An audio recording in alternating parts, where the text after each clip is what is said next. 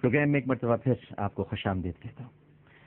ناظرین کرام، میں نے علماء کرام کی صحبت میں رہ کر ان سے بہت کچھ سیکھا ہے اور اب تلک سیکھ رہا ہوں۔ نہ میں کبھی مکمل ہو سکتا ہوں، نہ میں مکمل ہوں، اور یقیناً کبھی مکمل نہیں ہوگا۔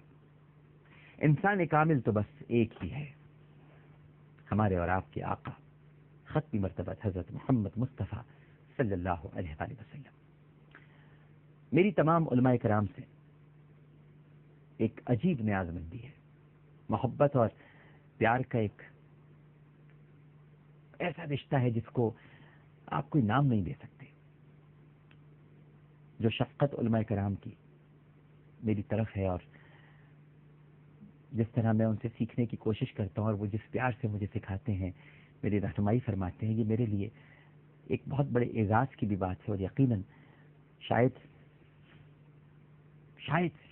کیونکہ مومن امید اور خوف کے درمیان جیتا ہے، شاید اللہ سبحانہ و تعالیٰ کا یہ مجھ پر بڑا خاص کرم ہے کہ علماء مجھ سے راضی اور خوش رہتے ہیں، ناراض بھی ہو جاتے ہیں، لیکن ان کی ناراضگی بھی یقیناً بے شک برحق ہوتی ہے۔ میرے ایک بہت ہی کرم فرما ہیں اور بڑے پیارے بزرگ ہیں، مولانا مفتی تقی عثمانی صاحب، آپ سب ان کے نام سے واقف ہیں۔ وہ فرمانے لگے ایک مرتبہ کہ عامر میاں، میں جنوبی افریقہ میں کیپ ٹاؤن کے علاقے میں ریل گاڑی پر سفر کر رہا تھا۔ راستے میں ایک جگہ پہاڑی علاقہ آیا اور گاڑی رک گئی۔ ہم نماز کے لیے نیچے اترے۔ وہاں میں نے دیکھا کہ ایک بہت خوبصورت پودا لگا ہوا ہے، اس کے پتے بہت خوبصورت تھے اور وہ پودا بہت حسین اور جمیل معلوم ہو رہا تھا۔ بے اختیار دل چاہا کہ اس کے پتوں کو توڑ لیں یا اس پودے کی طرف ہاتھ بڑھا لیں، تو میں نے جیسے اس پتے کو توڑنے کے لیے ہاتھ بڑھایا تو جو میرے ساتھ سفر میں موجود تھے، جو میرے گائیڈ تھے، جو میرے رہنما تھے، انہوں نے زور سے چیخ ماری اور کہنے لگے، حضرت اس کو ہاتھ مت لگائیے گا، یہ کیا غضب کرنے جا رہے ہیں آپ، بالکل حضرت اس کو مت چھوئیے گا۔ میں نے پوچھا بھائی ایسی کیا بات، میں ڈر بھی گیا۔ اس کے بعد میں نے اپنے ہاتھ پیچھے کیا اور میں نے ان سے پوچھا کہ بھائی ایسی کیا خاص بات ہو گئی کہ آپ فرما رہے ہیں کہ میں اس پتے کو نہ توڑوں یا اس پودے کی طرف آنکھ بھی نہ اٹھا کر دیکھوں، یعنی غالباً مقصد یہ تھا کہ اس کو نہ توڑوں۔ انہوں نے بتایا کہ حضرت یہ بہت زہریلی جھاڑی ہے، اس کے پتے دیکھنے میں تو بہت خوشنما ہیں، لیکن یہ اتنا زہریلا ہے کہ اس کے چھونے سے انسان کے جسم میں زہر چڑھ جاتا ہے۔ جس طرح بچھو کے ڈسنے سے زہر کی لہریں اور ٹیسیں اٹھتی ہیں، درد کی جو ٹیسیں ہوتی ہیں اور زہر کی جو لہریں اٹھتی ہیں، اسی طرح اس کے چھونے سے بھی وہ ٹیسیں اٹھتی ہیں، وہ لہریں اٹھتی ہیں۔ میں نے کہا کہ اللہ سبحانہ و تعالیٰ کا بہت بڑا شکر ہے کہ میں نے اس پودے کو ہاتھ نہیں لگایا اور پہلے سے معلوم ہو گیا۔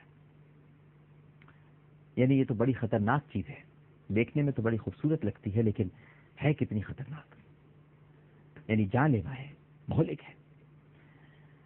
پھر میں نے ان سے کہا کہ یہ معاملہ تو بڑا خطرناک ہے، یہ تو آپ نے مجھے بتا دیا کہ جس کی وجہ سے میں بچ گیا، لیکن اگر کوئی انجان آدمی اس کو ہاتھ لگا لے تو بڑی تکلیف اور مصیبت میں مبتلا ہو جائے۔ مفتی تقی عثمانی صاحب کہتے ہیں عامر میاں، اس پر انہوں نے مجھے ایک اور بڑی عجیب سی بات بتائی۔ فرماتے ہیں کہ وہ مجھ سے کہنے لگے کہ حضرت یہ اللہ تعالیٰ کی قدرت کا ایک عجیب کرشمہ ہے کہ جہاں جہاں یہ زہریلی جھاڑی ہوتی ہے، فرماتے ہیں جہاں جہاں یہ زہریلی جھاڑی ہوتی ہے اس کی جڑ میں آس پاس لازماً ایک پودا ہوتا ہے، تاکہ اگر کسی بھی شخص کا ہاتھ زہریلے پودے پر لگ جائے تو وہ فوراً دوسرے پودے کو ہاتھ لگا دے، اسی وقت اس کا زہر ختم ہو جاتا ہے۔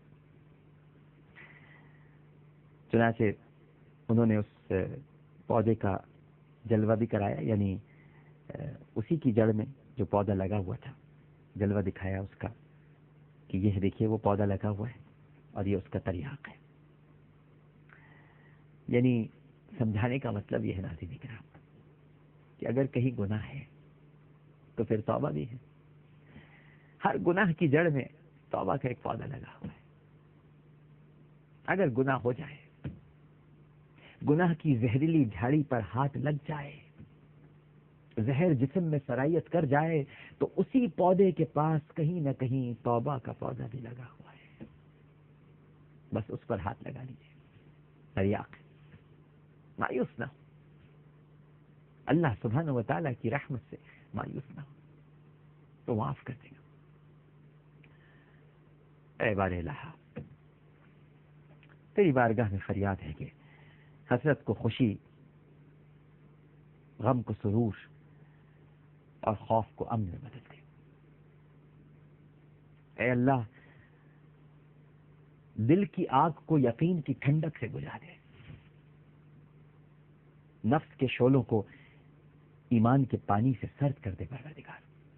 اے اللہ، یا رب، جاگتی آنکھوں کو نیند، مضطرب نفوس کو سکینت عطا کر اور انہیں جلد ہی اپنی کامیابی سے نواز دے پروردگار.